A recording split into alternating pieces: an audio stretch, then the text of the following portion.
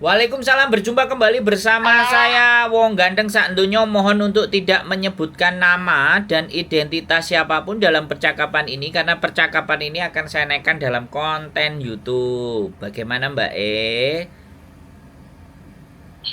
oh di YouTube Pinterest. Gimana? Ya enggak mau nanya itu job di Makau itu gimana? Ada Oh. enggak ya Mas? Oh, job banyak. Terus kalau caranya gimana? Sampean posisi di mana sekarang? Ini orangnya itu kan di Indonesia. Orangnya ini berarti bukan sampean. Itu saudaraku laki yang mau berangkat itu ada di Indonesia. Oh. Dia punya kemampuan bahasa apa? Dia kerja di Jepang, Jepang. Wah, kalau Jepang suruh balik ke Jepang aja, Mbak. Ngapain ke Makau? Katanya nggak ini apa tuh, nggak cocok, pengen di Makau gitu, pengen suasana baru. Nah, pengen deket sama sampean paling. Aduh, kalau saya mah punya suami. Nah, ting tong ting tong. Punya suami kan ya boleh, Ora, ya kan? nggak boleh, nggak ada. Oke, gini ya, saya kasih tahu, Mbak. Ya, Indonesia sama Makau tidak ada kerjasama untuk pekerjaan. Jadi untuk mencari pekerjaan di Makau, orangnya sebaiknya datang sendiri ke Makau. Ya, oh oke. datang sendiri ke Terus kalau Makau. sampai sana Mbak, gimana? saya ngomong dulu, sampean dengerin, Oh sampean kan oke, nanya. oke. Jadi jangan Maaf. jangan sampean potong dulu penjelasan saya, biar runut gitu. Ya wis, ya wis. Jadi di Makau sekali lagi tidak ada kerjasama dan kalau mau mencari pekerjaan di Makau juga harus berhati-hati karena khawatirnya adalah di mangsa calo, ya calonya sadis-sadis. Nah, sampean harus cari info datang ke Makau. Nah, saya di Makau ada teman saya, ya ada teman saya yang juga kerja di restoran, ya ada teman saya juga di ART. Tapi tidak bisa hanya sampean tanya-tanyain. Lebih baik sampean silahkan berangkat ke sana. Kalau sudah nyampe di Makau baru kasih tahu supaya enak karena banyak sekali Oh teman saya. kira-kira nanti pengen Saya satuan lah. saya belum selesai ngomong ya. Saya kan sampean minta dijelasin toh. Saya jelasin, Mbak, ya.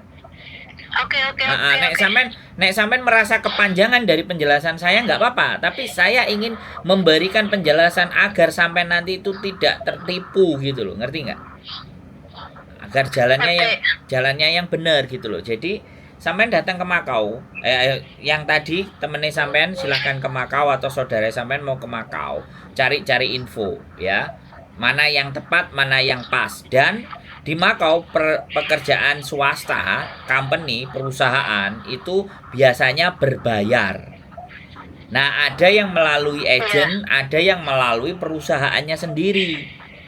Nah, seperti itu. Jadi, bagaimana dia silahkan berangkat? Bagaimana cara berangkatnya? Ya belajar jadi turis ke Makau. Nah, bagaimana cara jadi turis? Ya beli tiket PP, kemudian nginep di hotel. Kan seperti itu, caranya biasa. Nah, di sana silakan muter-muter. Tapi kalau tidak mau beresiko karena sampean mau mencarikan, ya sampean kan ada di Hong Kong tuh. Sampean silakan ke Makau, cari-cari orang yang ngasih job di sana atau teman saya. Sampean ke Makau.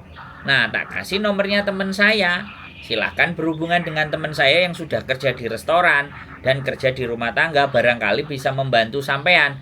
Kalau sudah pasti sudah fix dan perusahaannya ada, boleh saudaranya sampean atau temannya sampean nanti ke Makau yang jelas gitu. Wes silahkan sampean ngomong. Ketoke kan mangkok gak betah disuruh dengerin. Oh, enggak, maksudnya nanti kalau sampai Makau nanti bisa ngubungin teman sampean gitu. Ya boleh. Tapi sekali lagi, saya tidak menjamin dan saya tidak memberikan pekerjaan. Saya tidak menjanjikan dan saya tidak menjamin, tergantung rezekinya dia sendiri. Oke. Saya karena bukan calo dan saya tidak mau menipu teman-teman. Kalau ataupun saya ditanyain dan mintain Oke. duit kan bisa aja, tapi rekod saya kan nggak kepingin seperti itu. Ya udah, makasih Mas. Oh ya, oke cukup. Assalamualaikum. Oke ya, ini teman-teman. Ya, orang bertanya, ya kan? Orang bertanya. Tetapi ketika dijelaskan, minta buru-buru, cincong, banyak omong, banyak ini, banyak itu. Orang-orang yang seperti ini yang biasanya lebih mudah dimakan sama agent. Lebih mudah tertipu. Ya kan? Saya tahu sebenarnya dia memastikan kamu bisa nggak nyariin saya kerjaan bayar berapa deh. Nah, ini yang harus benar-benar teman-teman pahami. Ya, dalam mencari pekerjaan dan semuanya itu butuh proses.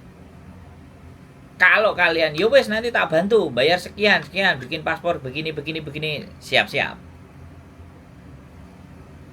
Sebenarnya pekerjaan semuanya itu bisa minim bayar, tidak menggunakan biaya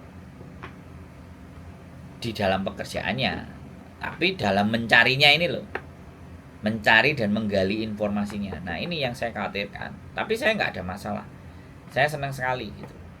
Sudah ditelepon aja udah kok dimasukin di YouTube. Oh yang jelas yang ditelepon ini nomornya YouTuber, ya pasti akan masuk ke konten YouTube.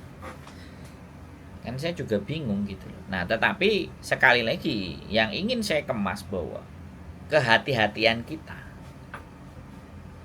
Dan kemarin juga ada rumor bahwa ya kan, penipuan sekarang itu sudah melalui, teman-teman pernah tahu nggak ada yang dibilang artis atau dibilang influencer mempromosikan, akhirnya terus banyak sekali orang yang ketipu, uangnya hilang.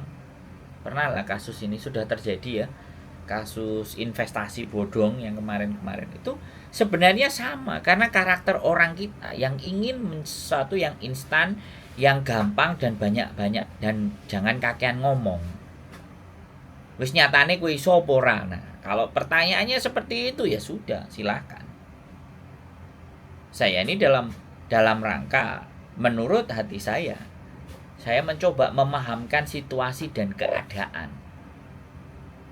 Nah, orang kadang nggak mau tahu, maunya aku kerjaan, ya aku harus cari kerjaan. Nah, orang-orang yang begitu yang lebih mudah akan mengalami ataupun mendapatkan penipuan. Karena dia tidak berpikir secara jangka panjang. Karena jika dia tidak pernah mengalami yang tertipu dan dia tidak pernah mendengar cerita-cerita orang yang tertipu. Makanya kan benar kata orang bijak, belajarlah dari orang lain. Karena itu yang minim biaya.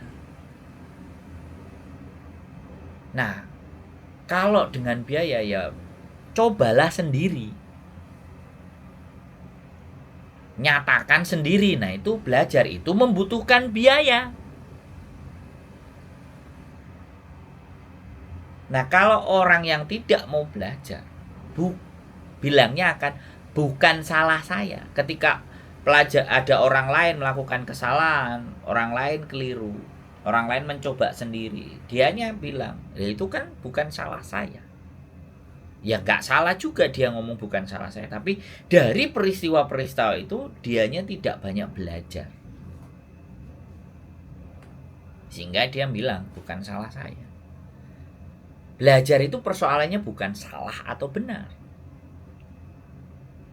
Dan sekali lagi, proses berpikir itu bukan baik atau buruk. Proses berpikir itu harus netral. Kalau buruk saya gimana, kalau baik saya gimana. Itu proses berpikir. Tapi kalau kesana itu buruk, pasti nanti begini-begini, itu bukan proses berpikir, tapi itu prasangka. Nah, ini yang harus disampaikan. Kalau kita bicara itu baik, wah nanti kalau kayak gitu di sana begini-begini jadi baik, lebih bagus. Ya itu berarti prasangka baik. Itu belum proses berpikir, tapi berprasangka baik. Nah, kalau proses berpikir itu bukan baik dan buruknya, tapi kalau buruk saya harus bagaimana, kalau baik itu bagaimana, itu kerangka dan proses berpikir. Netralism. Jadi kita itu netral. Jadi kita akan siap kalau baik, kalau bagus, itu tidak perlu kita pikirkan. Tapi kalau itu yang nggak bagus, baru di situ kita akan sedikit konsentrasikan. Itu namanya proses berpikir. Mungkin sedikit itu dari saya. Mudah-mudahan menjadi pembelajaran buat teman-teman semuanya. Keep stay tune my YouTube channel and see you next video. Bye-bye.